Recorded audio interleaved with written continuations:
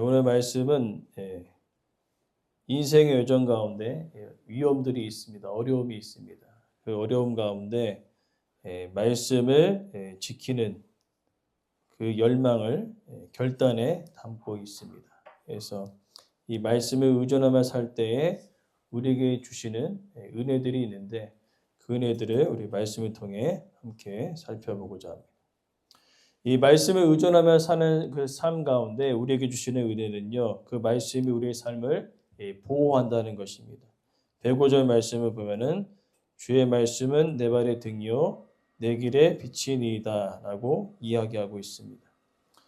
인생을 살아가는 데 있어서 우리에게 필요한 그 일들은 바로 그 인생 가운데 우리에게 길이요 빛이 되어 준다고 이야기하고 있는 것입니다.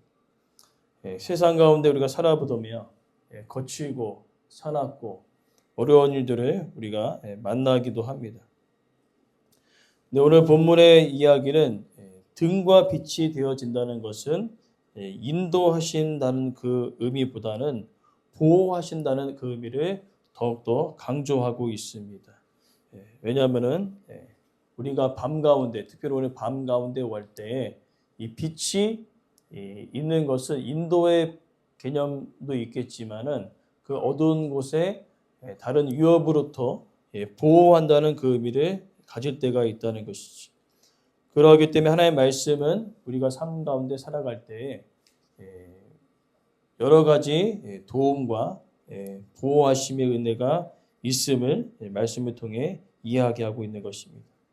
그러나 여기서 또한 또 다른 그 의미는 이 보호한다는 그 의미는 세상의 지혜로 살아가는 것이 아니라 하나님의 말씀대로 살아가는 그 힘을 말씀을 통해서 얻기 때문에 세상으로부터 보호하신다는 그 말씀 또한 있다는 것입니다.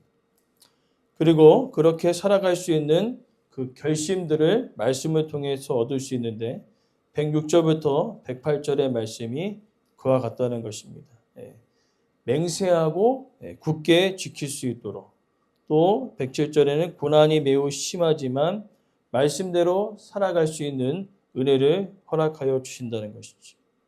그리고 중요한 표현이 108절에 있는데 오늘 본문 보니까 자원 제물을 받아 주십시오라고 기록되어 있습니다. 이 자원 제물은 죄를 속죄하기 위해 드리는 제물이 아니라 감사함으로 드리는 것입니다. 무엇이 감사합니까? 하나님의 말씀이 내 삶을 보호해 주실 뿐만 아니라 이 땅을 살아가는데 여러 가지 우리 가운데 우리의 삶을 하나님의 말씀으로부터 벗어나게 하는 것들이 너무나 많다는 것이죠. 그 가운데 이 말씀은 그 길로부터 벗어나지 않도록 우리를 지켜주기에 감사함으로 하나님께 제사를 드리고 있는 것입니다. 그러나 우리가 이 땅을 살아가면서 109절에서 110절 말씀과 같이 때로는 위험이 우리 가운데 도사리고 있다는 것입니다. 그래서 109절에 보니까요. 생명이 항상 위기에 있다. 항상 우리는요. 위기 속에 살아가고 있는 것입니다. 그러나 중요한 것은 그 위기 속에 있을지라도 시인은 주의 법을 잊지 않겠다고 말씀하고 있는 것입니다. 그리고 더 나아가 110절에는요. 악인들이 우리를 해하려고 올무까지 놓고 있는 상황 가운데 있습니다. 그럼에도 불구하고 주의 법들을 떠나지 않겠다라고 하는 그 이유는 하나님께서 그 시인의 삶을 붙들고 계시는 것입니다. 어떠한 순간에도 어떠한 어려움에도 하나님께서 그 삶을 지키시고 보호하시는 그 놀라운 그 은혜가 그 가운데 있기 때문에 위험에 처하는 그 상황 속에서도 또 고난의 상황 속에서도 그런 말씀을 떠나지 아니할 것을 선포하고 있는 것입니다. 특별히 위험의 상황 가운데 고난의 상황 가운데 그가 떠나지 않는 그 힘은 자신에게 있는 것이 아니라 말씀을 붙들며 살아가는 우리에게 있다고 이야기하고 있는 것이죠.